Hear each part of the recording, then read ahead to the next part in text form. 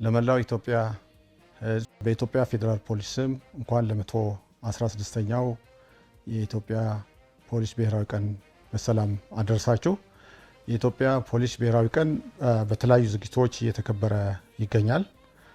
ካለፉት ወራት ጀምሮ አሁንም በተለያዩ ዝግጅቶች እየተከበረ ነው። በአሁኑ ወቅት የምስራቅ አፍሪካ የኃላፊዎች ህብረት የሆነው ድርጅት አባል ሀገራት ስፖርታዊ ውድድር እየተካሄደ ነው። እንግዲህ በሚቀጥሉት ጊዜያትም የሲምፖዚየም እና ኤግዚቢሽን ይካሄዳል። እንዲሁም መጨረሻ ላይ በሚያዝያ 29 ታሳቢ በማድረግ በመስቀል አደባባይ ሚያዝያ 26 በታላቅ ድምቀት በዓሉ ይከበራል። በዚህ በዓል አጠቃላይ ፖሊስ የደረሰበት የእድገት ደረጃ እና አሁን ያለበትን ቁመና ሊያሳይ በሚችል ደረጃ እና ወደ ቀጣይም የፖሊስ የህብረተሰቡን ሰላምና ደህንነት ለማረጋገጥ በጣም በከፍተኛ ሁኔታ ወደፊት እየሄድን ያለውና ይሄን ሊያሳይ በሚችልበት ይሄን ሊያስቀጥል በሚችልበት ሁኔታ ነው በዓሉ የሚከበረው።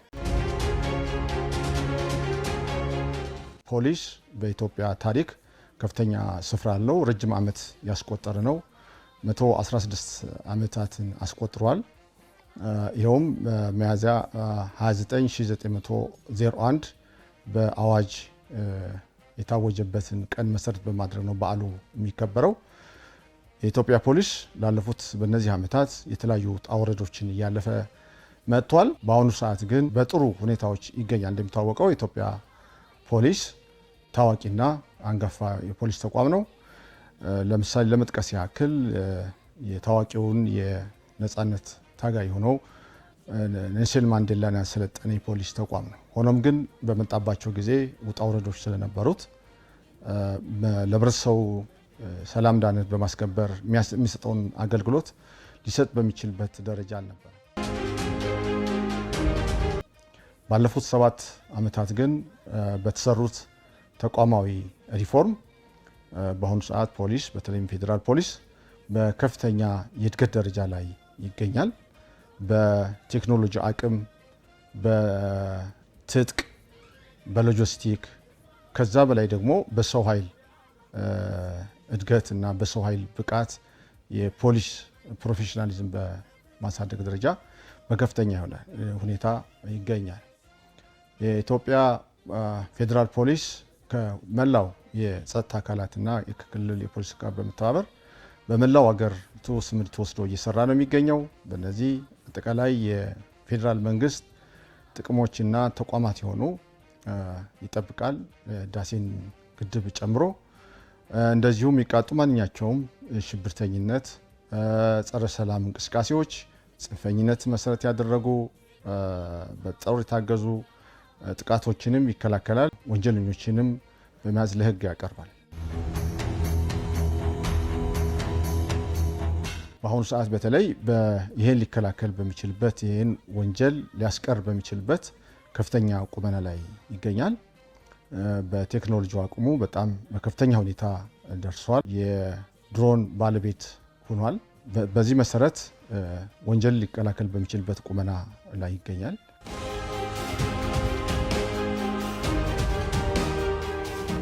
ምርመራ አቅማችን ከጊዜ ጊዜ በጣም እየጎለበተ መጥቶ በአሁኑ ሰዓት የፎረንሲክ ምርመራ አቅማችን በከፍተኛ ሁኔታ አድጓል። ባለፈውም ክቡር ጠቅላይ ሚኒስትር መጥተው የፎረንሲክ ምርመራና የስልጠና ልህቀት ማዕከል የሆነ ተወዳዳሪ የሆነ ተቋም ተገንብቷል። ከዚህ በፊት ዲኤንኤ በውጭ ሲደረግ የነበረው ምርመራ በማስቀረት በአሁኑ ሰዓት በአገር ውስጥ ምርመራው የሚካሄድበት ደረጃ ተደርሰዋል። ይሄ ለአገር ውስጥ ጫዎች ሳይሆን ለጎረቤት ሀገራትም ይሄን ድጋፍ እየተሰጠን ነው የምንገኘው። ስለዚህ በማንኛውም ሁኔታ በአሁኑ ሰዓት ማንኛውም ወንጀል ቢፈጸም ባለው ቴክኖሎጂ አቅም በአደረጃጀቱ እና በሰው ኃይል አቅሙ ሊከላከል በሚችልበት ከፍተኛ ቁመና ላይ ነው የሚገኘው።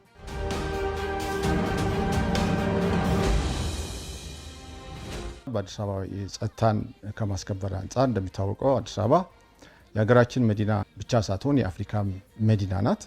ስለዚህ የሚመጡ እንግዶችን ሰላም ከማረጋገጥ የህብረተሰቡን ደህንነት ከማረጋገጥ አንጻር በከፍተኛ ሁኔታ እየሰራ ነው የሚገኘው። እንደሚታወቀው አዲስ አበባ እያደገች የኮሪደር ልማት መሰረት ተደርጎ ያላትን ደረጃ በጣም በከፍተኛ ሁኔታ አድርጓል። ስለዚህ ይሄ ሊመጥን የሚችል የፖሊስ ዝግጅትና ቁመና ላይ ነው የምንገኘው።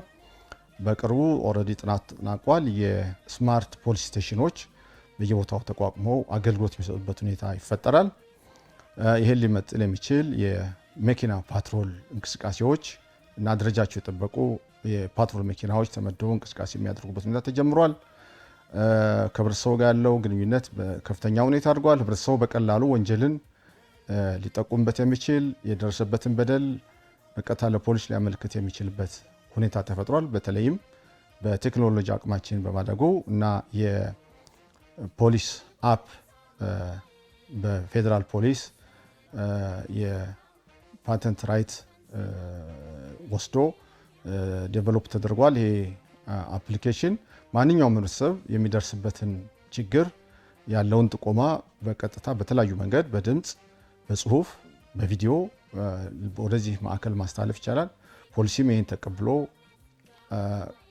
ምላሽ ይሰጣል። ራሱ ሲስተሙ ኬዝ ነምበር ክሬት ስለሚያደርግ ያን ተቀብሎ ወንጀሉ የተደረሰ የሚለውን በቅርቡ መከታተል የሚያስችልበት ቁመና ላይ ተደርሷል ማለት ነው። ስለዚህ እንደ አጠቃላይ እስካሁን በሄድናቸው ሂደቶች በተለይም በዋናው የተገነዘብነው ማህበረሰቡ ወንጀል የሚፈጸሙ ማህበረሰቡ ስለሆነ ወንጀል ፈጻሚዎችም ማህበረሰቡ ስለሆነ ከማህበረሰቡ በቅርበት መስራትና ተቀራርቦ መስራት እንዳለብን በመገንዘባችን መረጥነው ሞዴልም የማህበረሰብ አቀፍ ሞዴልና መረጃ መር ሞዴል በመሆኑ ከህብረተሰቡ ጋር ያለን ቅርርብ አብሮ የመስራት ሁኔታ በከፍተኛ ሁኔታ እያደገ ነው ያለው። ስለዚህ ይሄንም አጠናክረን የምንቀጥልበት ይሆናል። ስለዚህ እነዚህ የተገኙ ውጤቶች፣ ድሎችን ታሳቢ በማድረግ ነው ይሄ በዓል የሚከበረው።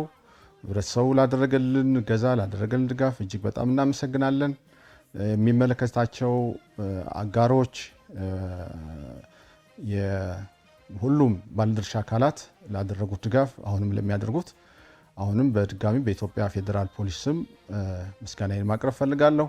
በድጋሚ እንኳን ለ116ኛው የኢትዮጵያ ፖሊስ ብሔራዊ ቀን አደረሳችሁ ማለት ፈልጋለሁ።